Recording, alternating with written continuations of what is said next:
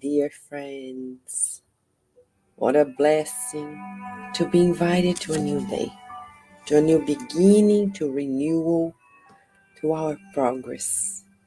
And God awaits, as May once said through Chico Xavier, awaits it all from us.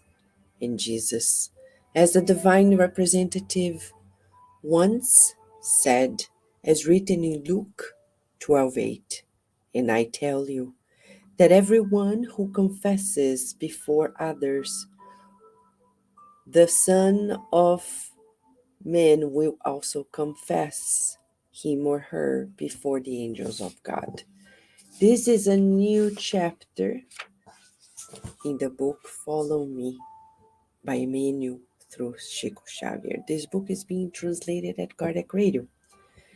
And Emmanuel says many companions of the gospel work suppose that confessing the Master is simply a profession of faith through the means of words, to demonstrate that we have adhered sincerely to Jesus.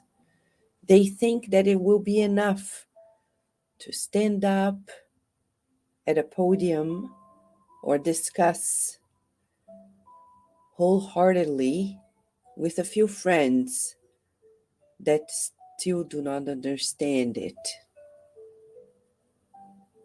Such confession has been the objective of the majority of the disciples throughout times.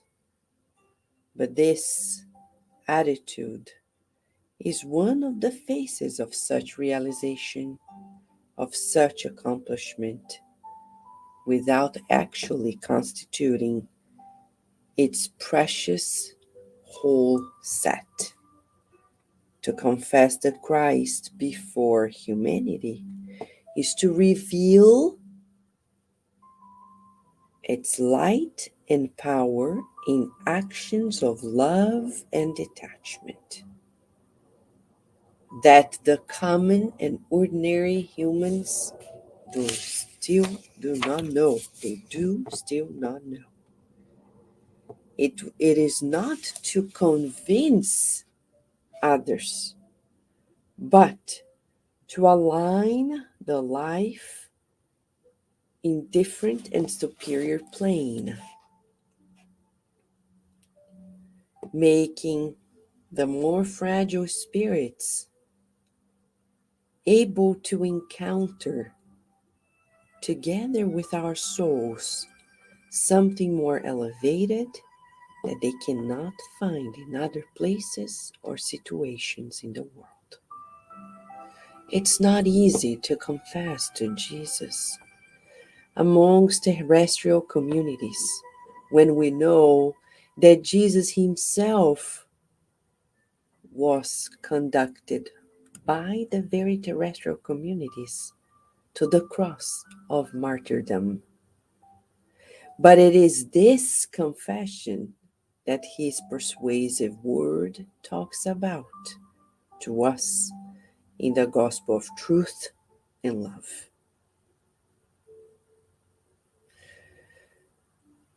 It's needed to be careful. The disciple needs to be careful against the danger of an adhesion and affiliation through words without participating with our inner energies. The Lord wants to be confessed amongst his followers in the streets of the world. But this act is not only about words, but about vivid demonstrations of the heart. Wow. Actually, the chapter is titled Against the Danger. Why does Emmanuel say the danger of speaking only confessing in words, because there is no coherence. The Pharisees were just alike.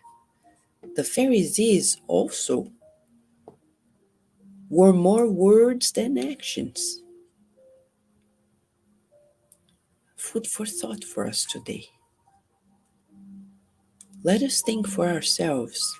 Am I a believer in words? Am I confessing, demonstrating, manifesting all that I feel about life and all the beauty of the Christ consciousness only in words?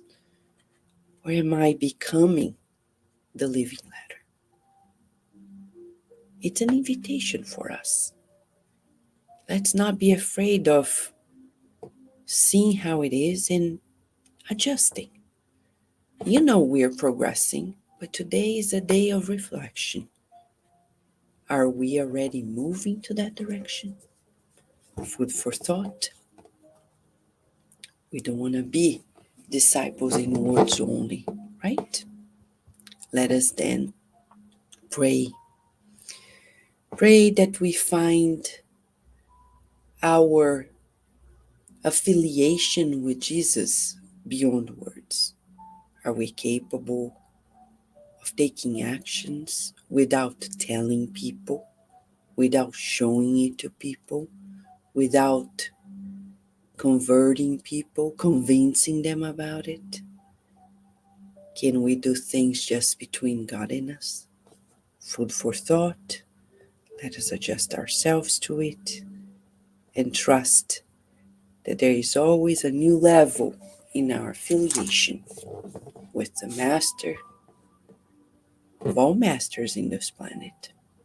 Let us pray while we meditate, shall we, friends?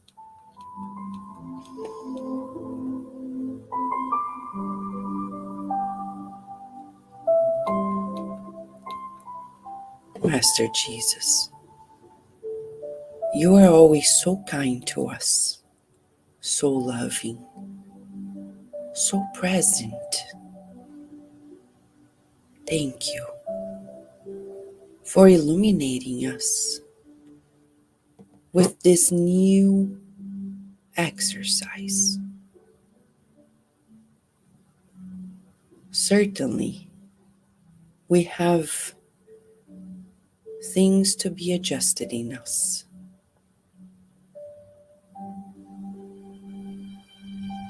May we feel the power of love within us beyond words, the power of harmony beyond words. May today be a day in which we exercise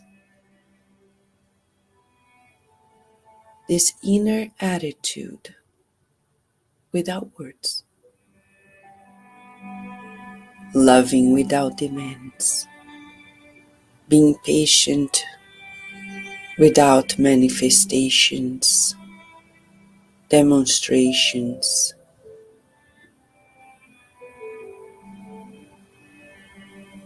We don't want recognition. We want to be divine, loving, and harmonious. Thank you for sending the spirit doctors, nurses, and therapists who kindly care for us, enveloping us in protection, in light. Thank you for the gift of life, of a new day. We visualize healthy, loving molecules being permeated in our bodies, molecules of health spread out in our homes, bringing new light to the world.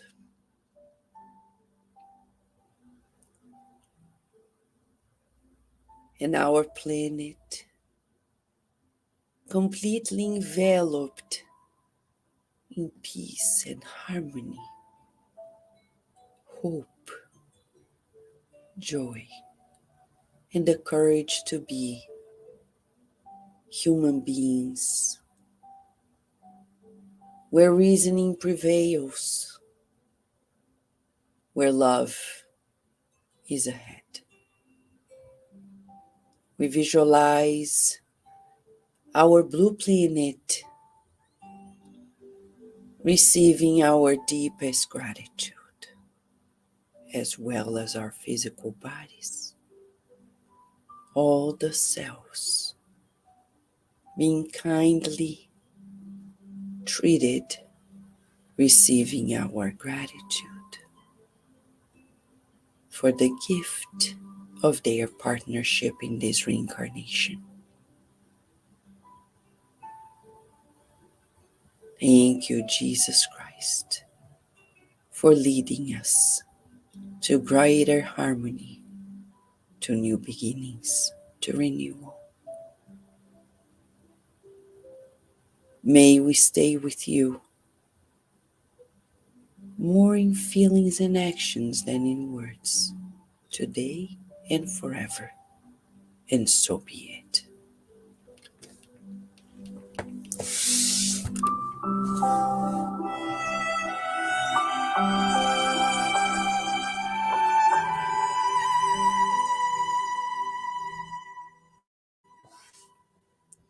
Dear friends, you and I are together with Jesus in this journey. I read a verse in the Bible the other day that says, "Press on, courageous and free, never held back by fear or defeat. The battle belongs to the Lord and He has the final victory." What does that mean? Exactly what Emmanuel says.